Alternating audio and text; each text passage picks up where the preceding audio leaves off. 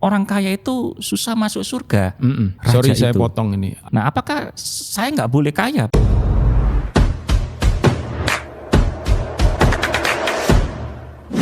Shalom, saudara-saudaraku yang dikasihi oleh Tuhan. Senang sekali hari ini kita boleh kembali berjumpa di dalam acara podcast Kingdom Insight, His Gift for You.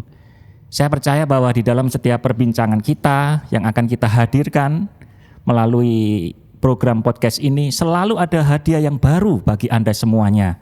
Selalu ada hadiah yang spesial bagi Anda semuanya. Karena itu kita perlu tahu dulu siapa yang akan memberikan hadiah spesial itu kepada Anda semuanya. Nah, kalau saya mengajukan sebuah pertanyaan yang sederhana, apakah Anda tahu Presiden Joko Widodo? Tentu saja Anda berkata, yes, I know him. Ya, saya tahu beliau. Tetapi kalau saya bertanya kepada Anda, apakah Anda mengenal dengan baik Presiden Joko Widodo? Ya mungkin Anda berkata, oh tidak, saya hanya tahu tapi saya tidak mengenal. Nah, hari ini di dalam perbincangan yang spesial ini kita akan ditemani oleh pemimpin kita, yaitu saya perkenalkan langsung Bapak Pendeta Daniel Yanuar Tanujaya. Beliau adalah Gembala Sidang dari GBI Rock Surabaya. Shalom Pak Daniel. Shalom, senang bisa bersama-sama dengan Mr. Roy. Ya. Gimana kabarnya Pak hari-hari ini? Luar biasa. Ya, selalu. Kalau bersama dengan Sang Raja pasti luar biasa. Iya, selalu ada yang spesial Pak ya. Yes. Selalu ada hadiah untuk hidup kita semuanya. Betul. Selalu ada surprise. Yes. Pak Daniel, saya ingin tahu, kalau seandainya saya ingin membangun sebuah relasi dengan seseorang atau katakanlah dengan Sang Raja, hal-hal apa saja, level apa saja yang seharusnya harus saya tempuh supaya saya bisa mengenal seseorang itu dengan baik? Iya, apakah dia raja, apakah dia orang biasa, itu tentu saja dimulai dengan tadi itu kan Pak Roy nanya ya, apakah kalian tahu Pak Jokowi? Iya. Ya, hampir semua orang tahu lah, kalau warga negara Indonesia nggak tahu Pak Jokowi keterlaluan. Kebangetan Pak ya. Tapi apakah kemudian orang itu otomatis kenal? Kalau dia tahu kan enggak. Ya, artinya kalau kita melihat tahapan dalam hubungan itu, setelah orang tahu ya perlu ada engagement gitu, perlu ada momen di mana kemudian ada sentuhan secara pribadi di situ sehingga kemudian beralih dari sekedar tahu jadi kenal. Ya, nah apalagi kalau kita bicara tentang raja, maka yang dimaksud raja ini adalah Tuhan kita, ya Yesus Kristus, dan perlu ada pengalaman di situ, ada tahapan pengalaman di sana, dan kemudian di dalamnya akan ada yang namanya yang disebut dengan pertumbuhan dalam pengenalan itu. Jadi tahu, kenal, ya ngalami, mungkin trustnya meningkat karena pengalaman-pengalaman pribadi itu. Kalau konteksnya sama Tuhan kan, ya mungkin ketika kita misalkan mengalami sebuah pergumulan atau masalah dan kita melihat mujizatnya misalkan atau jawaban daripada doa kita. Dan itu akan terus bertumbuh makin intim, ya, sehingga pada akhirnya ada cinta di situ, mengasihi, tidak hanya levelnya trust aja gitu. Dan saya pribadi sih melihat bahwa love itu ya, kasih itu adalah intens gitu, hubungan yang paling dalam ya, yang paling dan juga punya nilai yang lebih tinggi ya di situ. Nah Pak Daniel, tadi kita berbincang bahwa sebelum kita mengalami semuanya itu tentu hal yang paling mendasar adalah kita harus tahu kan begitu Pak ya. Nah kalau saya ingin tahu pribadi Sang Raja itu, apa yang harus saya kerjakan dan saya lakukan di dalam hidup saya kira-kira Pak? Iya tentu saja gini, kita perlu sebelum kenal itu kan kita perlu memang betul-betul punya pemahaman dalam tanda kutip ya yang akurat gitu, yang benar. Jadi kalau kita pengen tahu siapa Tuhan yang benar ya kita harus memang membuka diri kita dan menyediakan berbagai hal yang dibutuhkan untuk kemudian tadi saya sebut kata engagement ya, itu bisa terbangun di situ. Jadi belajar untuk mengenal, belajar untuk kemudian tahu pribadinya ya, siapa dia, kira-kira seperti itu. Ya, kita tahu bahwa kita perlu mendapat sumber yang akurat, kita perlu mendapat sumber yang benar, sehingga pengetahuan kita tentang Sang Raja Ya. itu betul-betul bisa mendalam di dalam hidup kita. Kita tahu teman-teman bahwa hari-hari ini banyak sekali beredar berita-berita hoax gitu Pak Daniel ya. Ya. Apa kata orang, lalu kemudian apa kata teman saya dan seterusnya. Tetapi tentu kita harus tahu dari sumber yang benar dan kita boleh mengalami tentang pribadi Sang Raja Ya, itu. sumber yang benar cuma satu, yaitu Alkitab, Ya. ya, Firman Tuhan. Di mana kemudian di situ kita bisa mulai mendapatkan knowledge mungkin awalnya. Ya. Ya, kita membaca, kita belajar, ya, pengetahuan. Tapi kita kemudian bisa membawa itu dalam ranah pengalaman pribadi, Ya. ya, dengan mempraktekkan, dengan melakukan apa yang diperintahkan, dan dengan demikian kita bisa mengenal karakter daripada Sang Raja itu, karakter daripada Tuhan itu. Nah Pak Daniel, selama ini seringkali kita mendengar ya bahwa biasanya yang dikenal oleh orang-orang ya itu hanya sekedar berkatnya, lalu kemudian anugerahnya, Iya. lalu kemudian sesuatu yang dikerjakan ya oleh Raja kita, Iya. oleh Tuhan kita. Ya, Nah, menurut Pak Daniel, kira-kira apa pentingnya saya harus mengenal karakter daripada Raja kita, Tuhan Yesus Kristus itu? karena dengan kita mengenal karakternya, tadi yang kita bicarakan di depan, trust and love, itu bisa kemudian kita alami dalam kehidupan kita. Kita mengenal karakternya. Tentu saja kan kalau hubungan itu membutuhkan bukti, ya, sehingga kemudian ketika terjadi sesuatu dalam kehidupan saya tahu karakternya. Seperti misalkan salah satu yang paling signifikan adalah apa yang ditulis dalam Injil Matius pasal yang kelima ayat 3 sampai 12, ya, yang seringkali disebut dengan sabda bahagia. Sabda bahagia. Di situ ya. dia menyatakan karakternya dia itu seperti apa. Jadi dengan kita mengerti karakternya, lalu kemudian lewat apa yang terjadi pada diri kita, terjadilah sebuah hubungan yang terbangun. Iya. Ya, karena disitulah kita menaruh kepercayaan kita dan mengandalkan dia dan mulai membawa dia untuk masuk dalam ranah pribadi hidup kita. Iya, baik. Gitu. Jadi kalau saya simpulkan sementara berarti begini Pak ya, kalau saya ingin mengetahui daripada Raja kita, maka saya harus mau tidak mau membaca Alkitab. Ya, yes. Ya. Dan kalau saya membaca Alkitab, maka saya juga bisa belajar karakter daripada Raja Sorry itu. saya potong ini. Alkitab adalah satu-satunya. Ya ada yang lain sih. Saya bilang satu-satunya mungkin boleh dikatakan itu the most gitu ya. Yang paling akurat tentang dia. Ya, silakan diteruskan ya. Ya.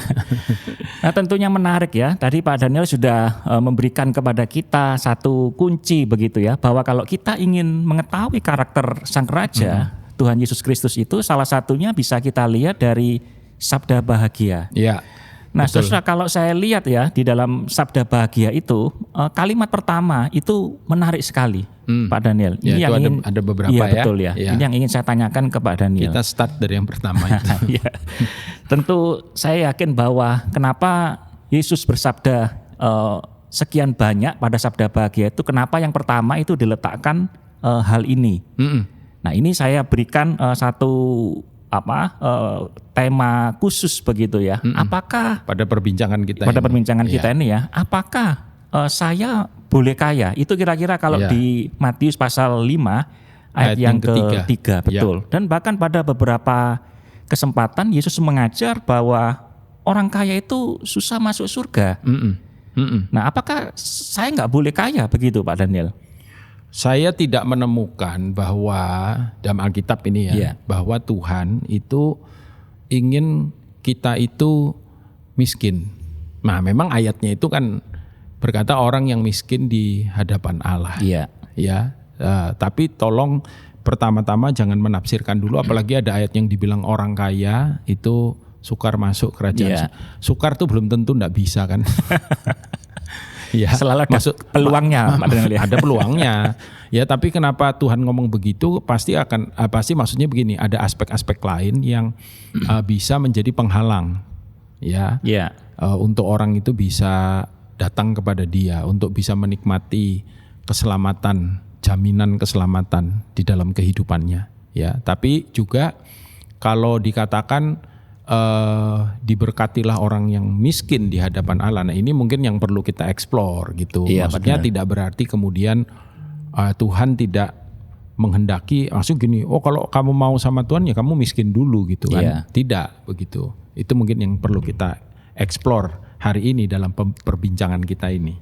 Ya, waktu saya membaca ayat ini Pak Daniel, jujur saja terbersit dalam pikiran saya bahwa kalau memang Yesus itu mengatakan bahwa kita ini harus miskin di hadapannya, saya berpikir bahwa kata miskin ini kan sebetulnya negatif dan kemudian menakutkan bagi kita semua, apalagi kita tahu bahwa biasanya, mohon maaf ya, yang miskin itu selalu meminta-minta, dia tidak punya harta, mungkin sulit makan dan mungkin menyusahkan orang lain juga. Nah, ini bagaimana, Pak, kira-kira? Ini tadi yang saya ngomong bahwa kita harus tahu istilah miskin di situ maksudnya apa.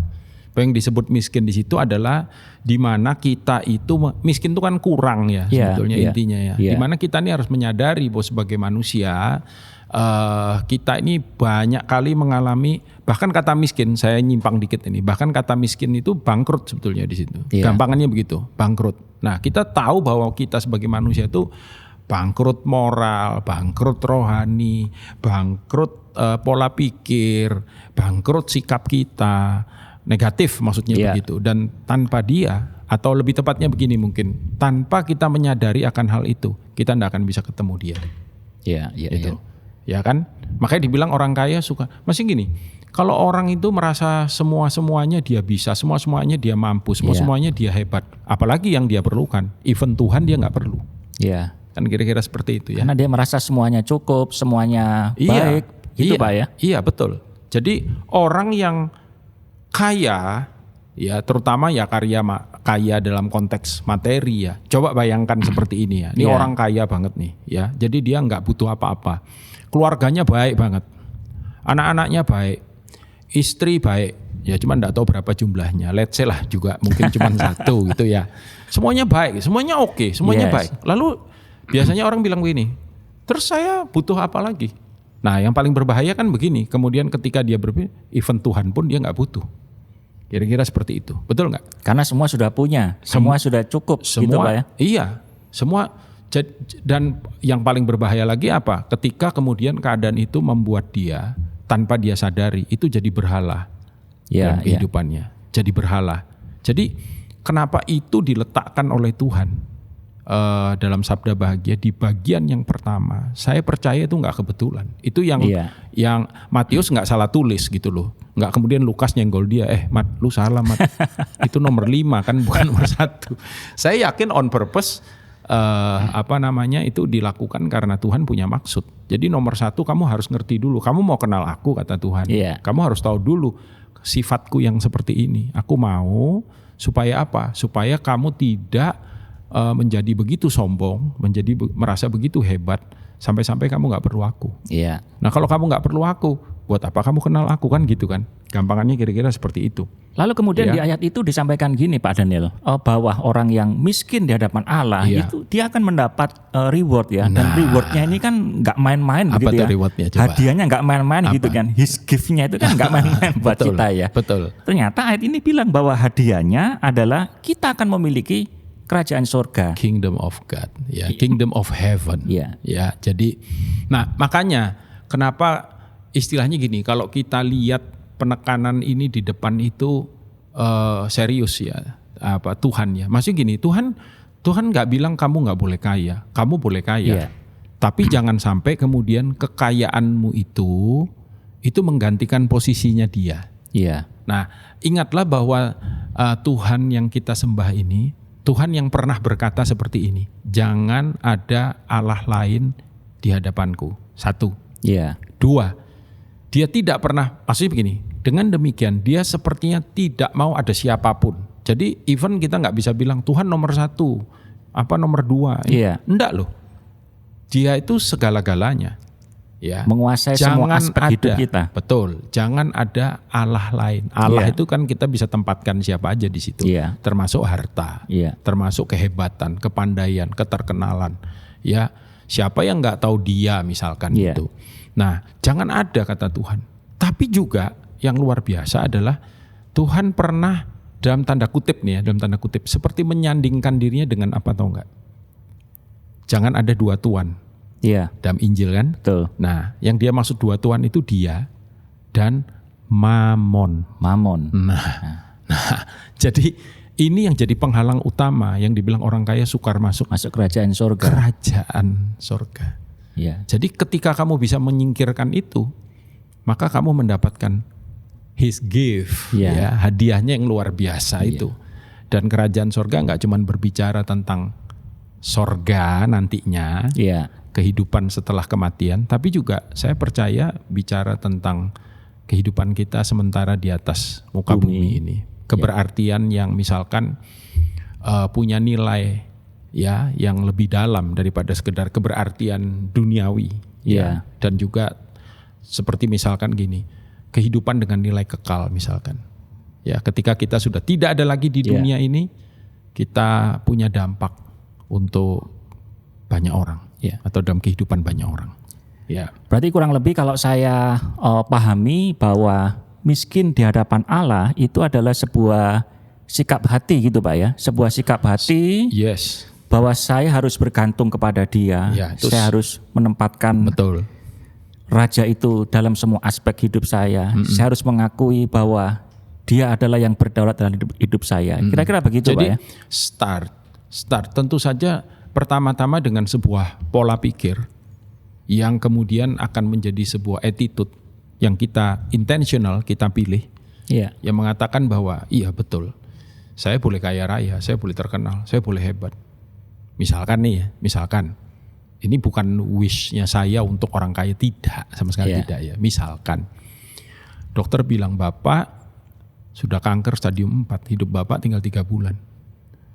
Coba 3 bulan ke depan dari pengumuman sang dokter, vonis sang dokter, itu dia mau hidupnya kayak apa?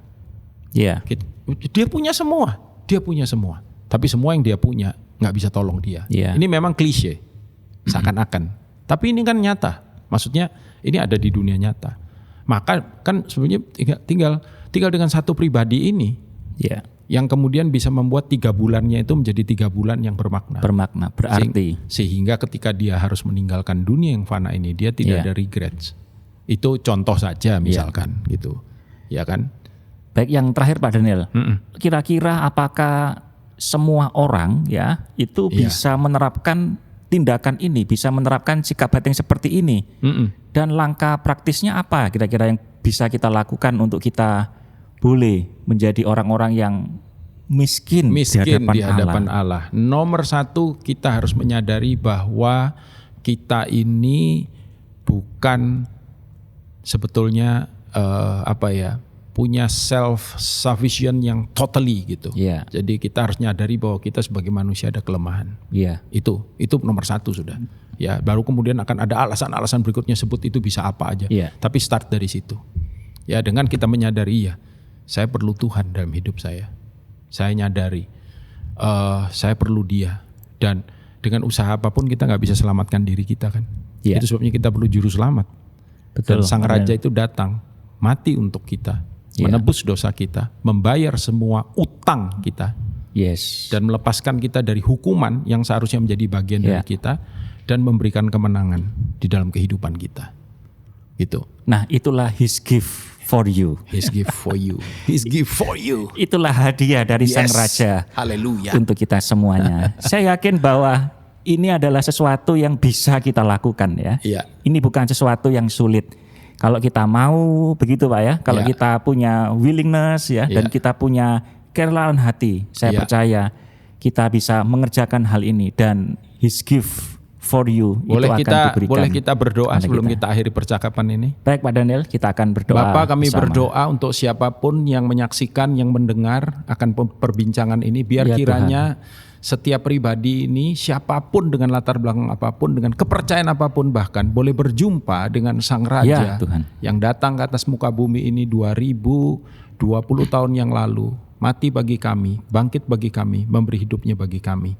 Dalam nama Tuhan Yesus yang berkuasa, terjadilah. Amin. Amin. Amin. Baik, terima kasih Pak Daniel untuk waktunya Senang bisa sekali. berbincang hari ini. Ya, saya percaya perbincangan yang ringan ini, tapi pasti tentunya sangat bermanfaat bagi kita semuanya.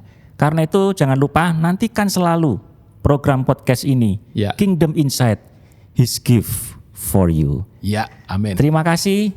Tuhan memberkati kita semuanya. Tuhan memberkati. Yes. Amin.